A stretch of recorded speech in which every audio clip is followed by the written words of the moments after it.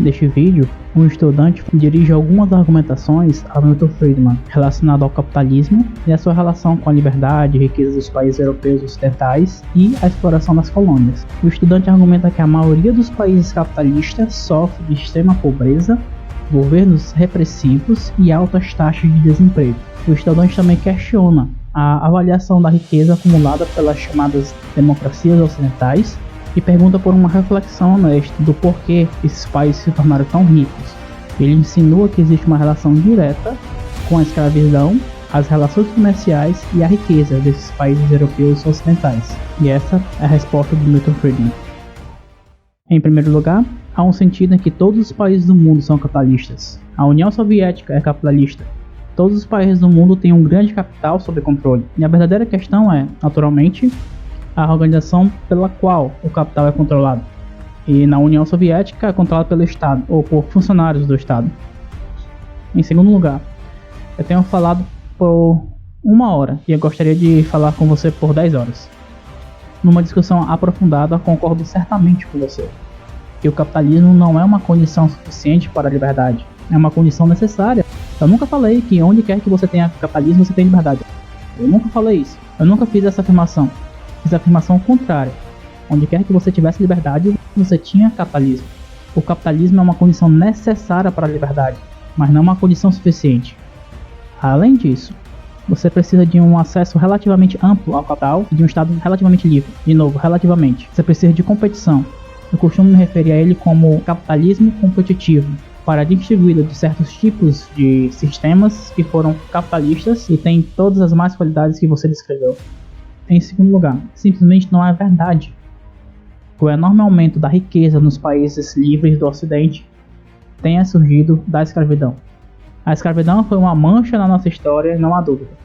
E é claro que foi uma vergonha para que esse país ter tido escravidão por tanto tempo.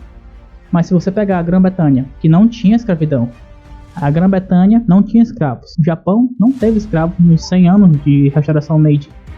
Hong Kong hoje não tem escravos.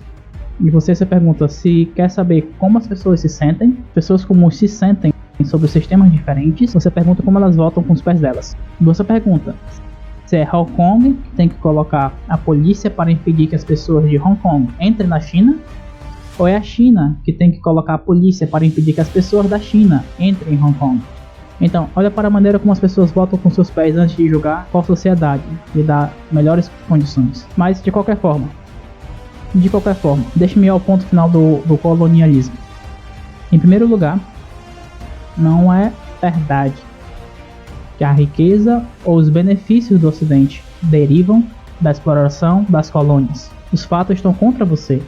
A razão pela qual você diz isso é porque é tão difícil para as pessoas saírem da noção que a vida é um jogo de soma zero. Eles pensam que se um homem se beneficia, então outro deve perder. Mas em um livre mercado, ambas podem se beneficiar. Agora, se você pegar o caso da África, a roda não tinha sido inventada em partes da África até o final do século XIX. O número de pessoas da África e suas condições médias de vida em África tem crescido enormemente como resultado dos seus contatos com o Ocidente. No caso da Índia, que é um caso muito famoso, se você olhar novamente para os fatos, todos os estudos mostram que custou mais a Grã-Bretanha manter a Índia. Estes são alguns estudos famosos de Jacob Weiner, que entra nos detalhes, em grande detalhe. E o colonialismo sempre custou mais a pátria-mãe do que jamais obteve benefícios econômicos diretos ou indiretos. No que diz respeito à Índia, a história da Índia é dividida em 3 períodos. O período de domínio britânico, no século XIX e início do século XX, quando houve um progresso muito real no padrão de vida do povo da Índia.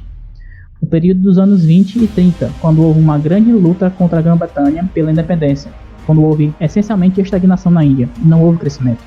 E o período desde a criação da independência em 1948, quando você tem um governo altamente centralizado, quando infelizmente foi Harold Laskin e não Adam Smith, que era a figura intelectual mais respeitada da Índia.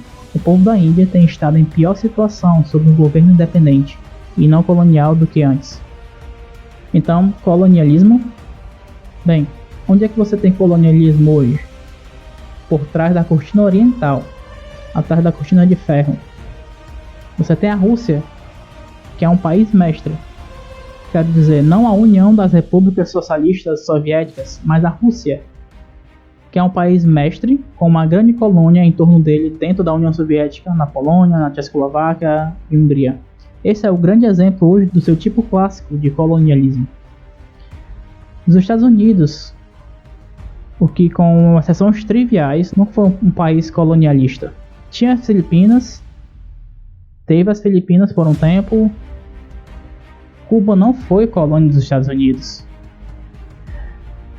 De qualquer forma, você precisa ter um senso de proporção. No período entre a Revolução, em 1776 e 1898, nos Estados Unidos não teve colônias. E, no entanto, esse foi um período de maior crescimento e maior desenvolvimento econômico nos Estados Unidos. Obrigado por assistir esse vídeo. Se você gosta desse tipo de conteúdo, considere curtir, se inscrever, ativar as notificações e compartilhar com outras pessoas. See you next time and take care.